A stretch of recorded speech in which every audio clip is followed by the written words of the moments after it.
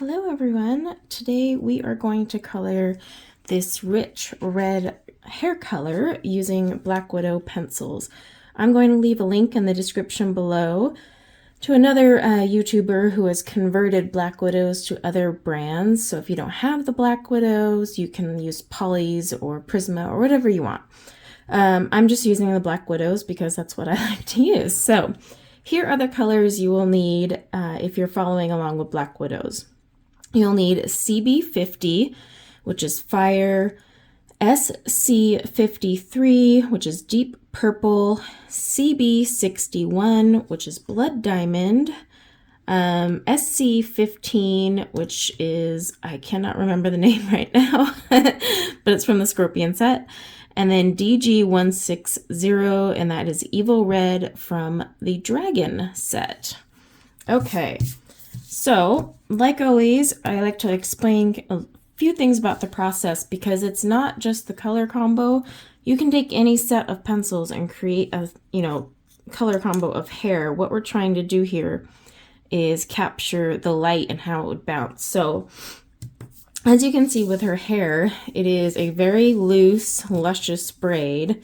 So you're not going to make your shadow areas as dark unless they're ones like this where it's tucked under a ton of hair, because you have a loose braid, you're going to have a few pieces tucked under. So this side of the braid is not going to have as heavy of a shadow except when it's rolling down here, because down here it is tucking back under and it's coming out somewhere around here. Actually, I think it's that piece right there. And then up here, we will have a little shadow, but remember, if you're working on grayscale, you don't have to follow the artist's grayscale exactly, okay? So now that we've got that out of the way, let's get going. I'm gonna take fire, which is our lightest color, and very lightly, just put it where I want my highlight. A highlight should never be straight across. It should bounce with the light. Just picture if you had a flashlight and you were shining it on here, where would that hair be all shiny? Okay. Now we are going to go in with SC15. This is our darkest color. So first thing I'm going to do is create a little bit of a line under this one, just almost guiding myself in a way. And now I'm just going to, from that line, flick very lightly. You shouldn't really be using any pressure, and all the work should be done from just like this, very lightly. So you push down and lift as you're pressing and pulling away. Turn your pencil so you don't have to sharpen it a bajillion times.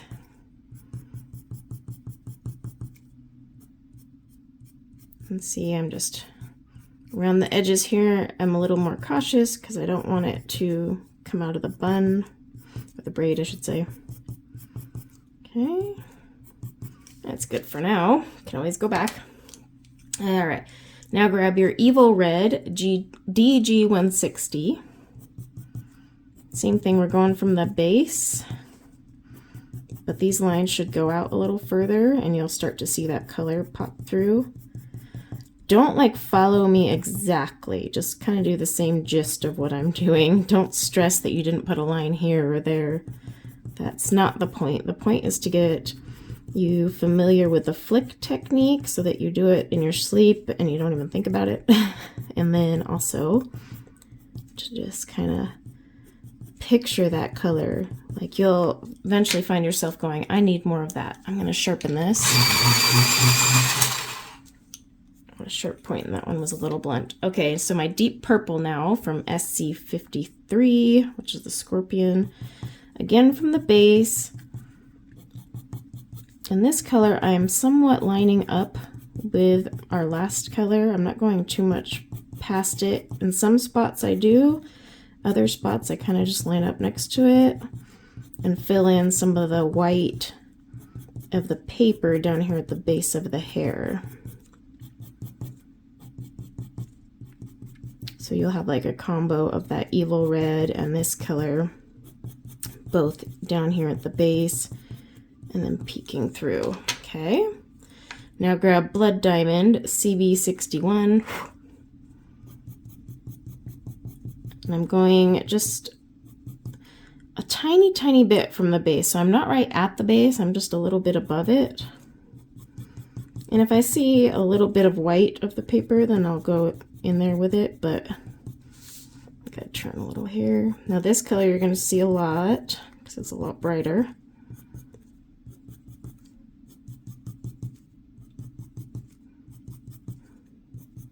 And you can see why this becomes pretty like relaxing and mindless after a while, because you're literally just doing this. Okay, oops. I got a little out of control there, but that's okay. All right, now grab your CB50, which is fire.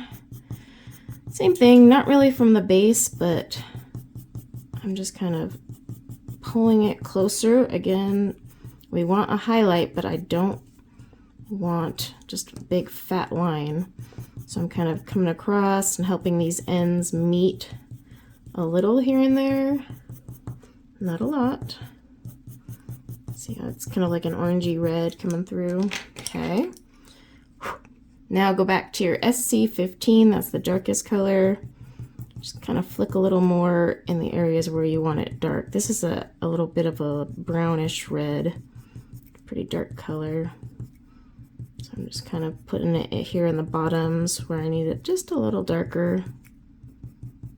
Okay. Grab your Evil Red. I'm going to pull this one out a little further now. As long as you're doing really light flicks and working with a good pencil that layers well, so Polly's, Pearl Color, Black Widow, Pablo's, even the Koh-i-Noors do pretty good at this. Those types, you can keep going over and just layering till you get the hair strands exactly how you want.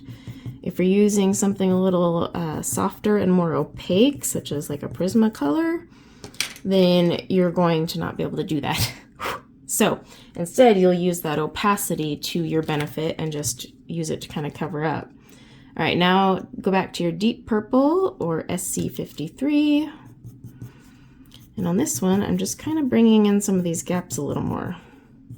Just where I feel like I want little touches of that purple, because I'm going for a really rich, deep red. I mean, if anyone has this hair naturally, then woo, lucky them. But this is definitely one of those colors that your hairstylist has done for you. I'm not going for a natural redhead look. It's just one of those like wine red colors, just really rich and sultry. Okay, now right now you see that highlight. That thing is huge. Like compare it to all my finished areas and then you'll be like, wow, that thing stands out. We're not done. Now we're going back to Blood Diamond. And again, we're going to work on closing a little bit of the gaps. But see, I'm layering in each one of these flicks, which makes it look like each piece is an individual strand of hair. It adds so much more dimension. So like when you're actually looking at these pictures, you just see the hair. That's why I like doing it. Plus I just find it therapeutic. Okay, now take your lightest color, in this case it's CB50 Fire for me, and I'm just going to very lightly pop on over. I am not using heavy pressure. You do not want to blend out all of those precious little strokes that you just spent all that time doing. And anywhere I want this a little deeper, I can flick it in. But I am just using a nice light pressure to close the gap. Until you now have a very pretty red hair. So that's all you gotta do. All right, everyone, I hope you found this helpful. As always, you can leave any requests in the comments below.